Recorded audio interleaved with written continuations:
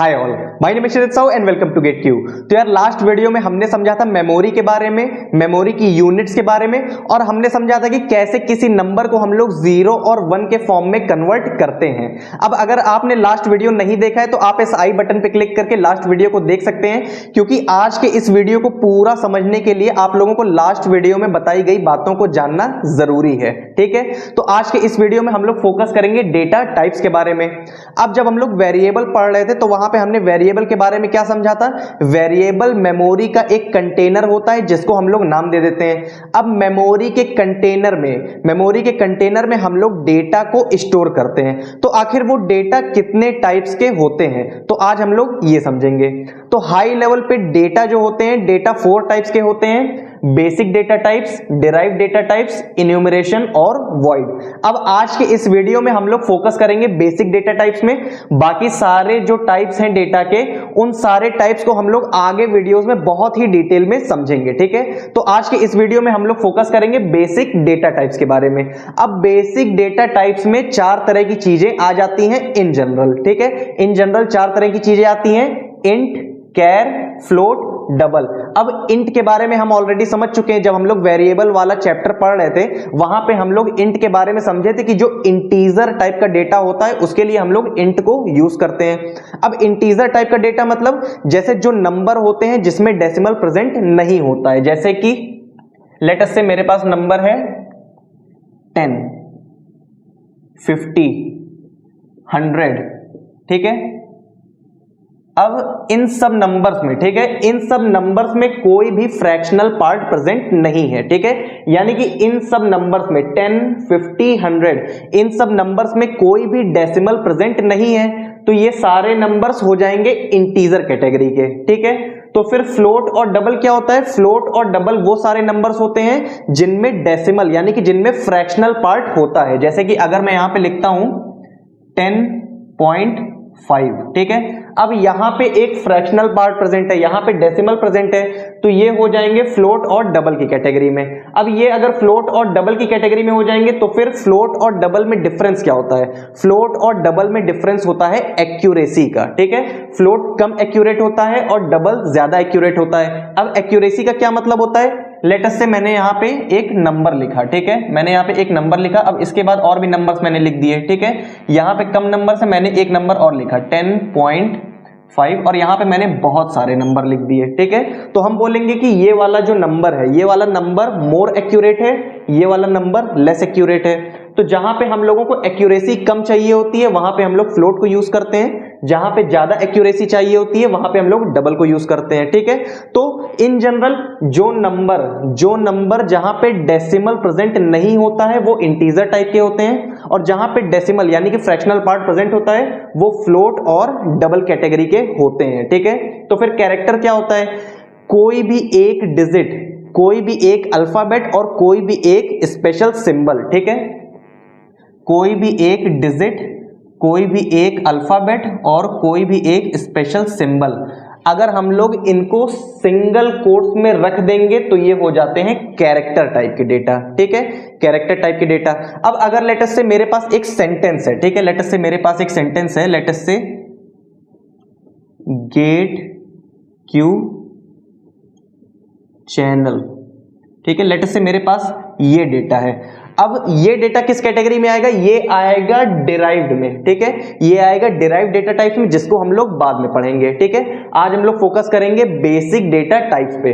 तो basic data types में integer, वो नंबर जिसमें डेसिमल नहीं होता है वो होते हैं इंटीजर, वो नंबर जिसमें डेसिमल होता है वो होते हैं फ्लोट और डबल, और कोई भी एक डिजिट, कोई भी एक अल्फाबेट या कोई भी एक स्पेशल सिंबल अगर हम लोग उसको एक सिंगल कोट्स में रख देंगे तो वो हो जाता है कैरेक्टर टाइप का।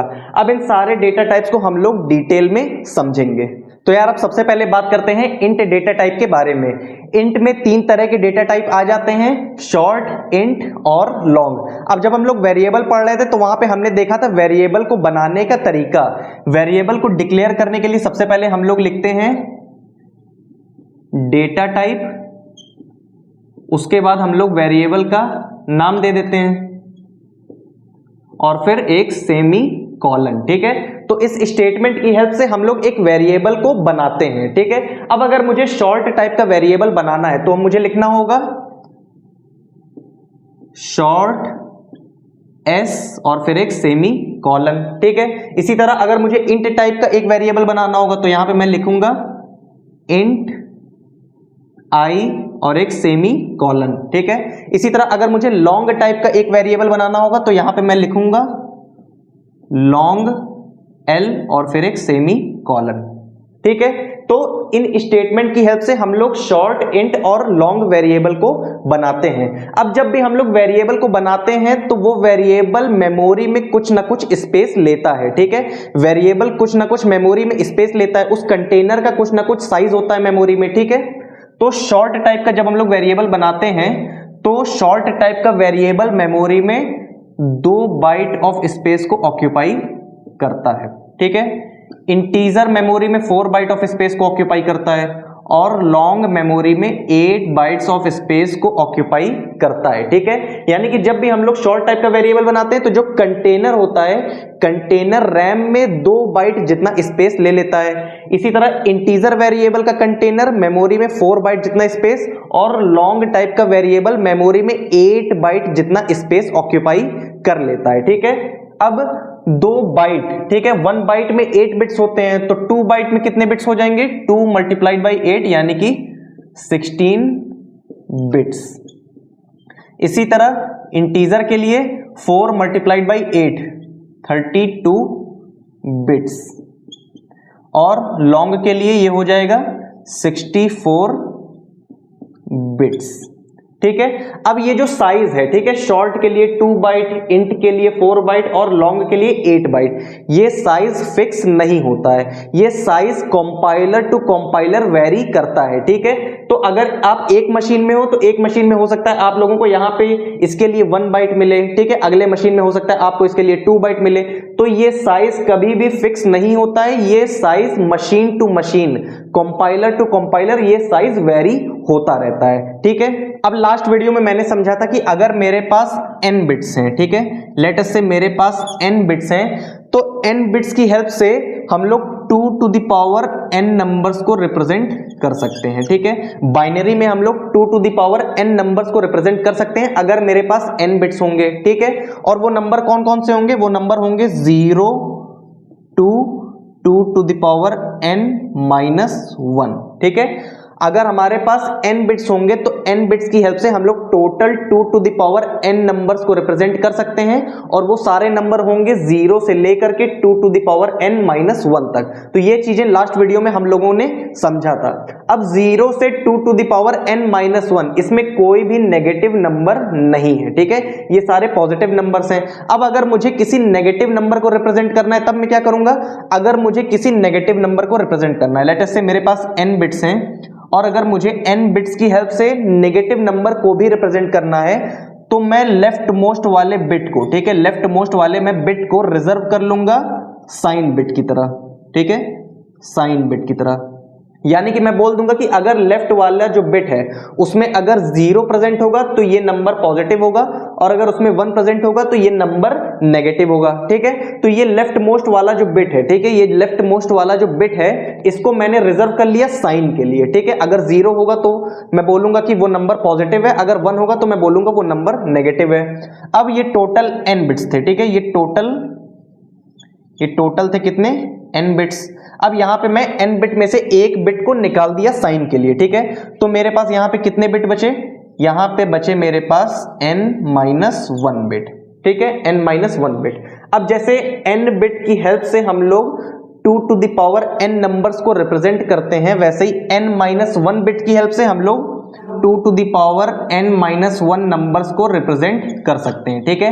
अब इतने ही पॉजिटिव नंबर भी होंगे और इतने ही नेगेटिव नंबर भी होंगे क्योंकि यहाँ पे साइन बिट है आगे, ठीक है। अगर यहाँ पे साइन बिट 0 हो जाएगा, ठीक है, तो हम लोग 2 to the power n minus 1 positive numbers को कंसीडर कर रहे हैं। अगर यहाँ पे साइन बिट 1 हो जाएगा तो हम लोग 2 to the power n minus 1 negative numbers को कंसीडर कर रहे हैं, ठीक है। तो इसकी रेंज क्या हो जाएगी, इसकी रेंज हो जाएगी -2 to the power n minus 1 to 2 to the power n minus 1 और फिर -1, ठीक है, ये हो जाएगी इसकी रेंज जब हम लोग साइन बिट्स को कंसीडर करेंगे। ठीक है, अब यहां पे -1 है। ठीक है, यहां पे कोई भी -1 नहीं है, यहां पे -1 है। ये -1 इसलिए है क्योंकि यहां पे 0 भी इंक्लूड हो रहा है। ठीक है, यहां पे पॉजिटिव नंबर्स के साथ 0 भी इंक्लूड हो रहा है। ठीक है, 0 से 2 टू द पावर n-1। ठीक है, तो 2 टू द पावर n-1। ठीक है, इतने पॉजिटिव और ये हो गया नेगेटिव। ठीक है, नेगेटिव टू पॉजिटिव। तो n बिट्स के लिए ये रेंज हो गई पॉजिटिव नंबर्स की और n बिट्स के लिए ये रेंज हो गई पॉजिटिव और नेगेटिव दोनों नंबर्स की। ठीक है, यानी कि हम लोग बोल सकते हैं कि ये रेंज है अनसाइंड। ठीक है, ये अनसाइंड के लिए रेंज है और ये है साइंड के लिए रेंज। ठीक है, अब ये जो तीनों डेटा टाइप्स हैं, इन तीनों डेटा टाइप्स में भी दो दो तरह के कैटेगरीज आ जाते हैं। ठीक है, साइंड और अनसाइंड। ठीक है, यानी कि शॉर्ट भी दो तरह का होता है, एक होता है साइंड और एक होता है अनसाइंड।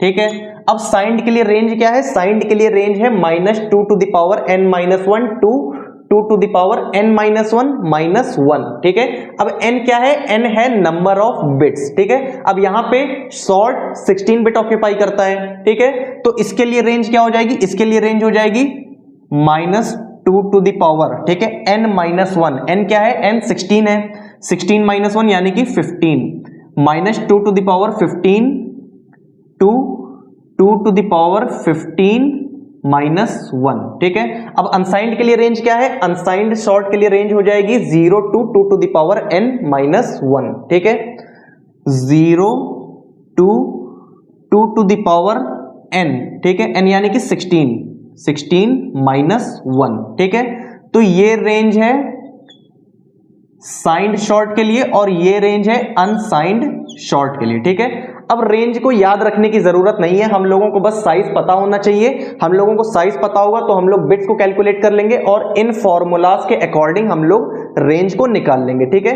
तो रेंज को याद रखने की जरूरत नहीं है। इसी तरह इंट के लिए भी साइंड और अनसाइंड इंट होता है और यहां पे लॉन्ग के लिए भी साइंड लॉन्ग और अनसाइंड लॉन्ग होता है। अब सवाल ये आता है कि अगर मेरे पास कोई नंबर है, लेट अस से अगर मुझे कोई डेटा को स्टोर करना है मेमोरी में, ठीक है, तो मैं एक वेरिएबल बनाऊंगा। अब वह वेरिएबल बनाऊंगा तो मैं वेरिएबल का डेटा टाइप क्या दूंगा? ठीक है, अगर मुझे कोई डेटा मेमोरी में स्टोर करना है तो उस डेटा के लिए अगर मेरे पास इंटीजर टाइप का डेटा है तो उस डेटा के लिए हम लोग इन 6 डेटा टाइप्स में से, ठीक है, यहां पे शॉर्ट, इंट और लॉन्ग और हर एक के लिए साइंड और अनसाइंड, ठीक है, यानी कि टोटल कितने हो गए? टोटल 6 डेटा टाइप्स हो गए। तो किसी इंटीजर के लिए इन 6 डेटा टाइप्स में से कौन सा डेटा टाइप हम सेलेक्ट करेंगे?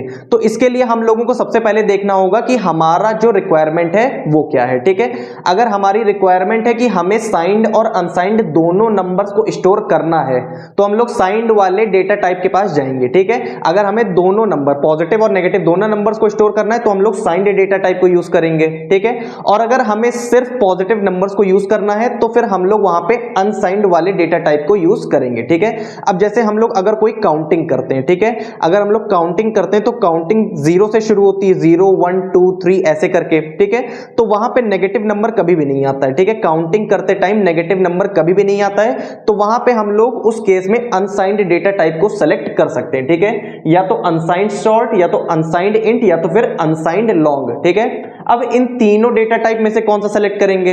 अब जैसी हम लोगों की रेंज की रिक्वायरमेंट होगी वैसा हम लोग डेटा टाइप को सेलेक्ट करेंगे। ठीक है, लेट अस से अगर मुझे कोई स्मॉलर नंबर को स्टोर करना है, ठीक है, अगर मुझे कोई छोटा नंबर स्टोर करना है तो फिर हम लोग शॉर्ट के पास चले जाएंगे। अगर मुझे कोई बड़ा नंबर स्टोर करना है तो हम लोग इंट यूज करेंगे, और अगर हम लोगों को और बड़ा नंबर स्टोर करना है तो हम लोग लॉन्ग डेटा टाइप को यूज करेंगे। तो ये था इंटीजर डेटा टाइप के बारे में। नेक्स्ट वीडियो में हम लोग समझेंगे फ्लोट, डबल और कैरेक्टर डेटा टाइप के बारे में। तो मिलते हैं अगले वीडियो में।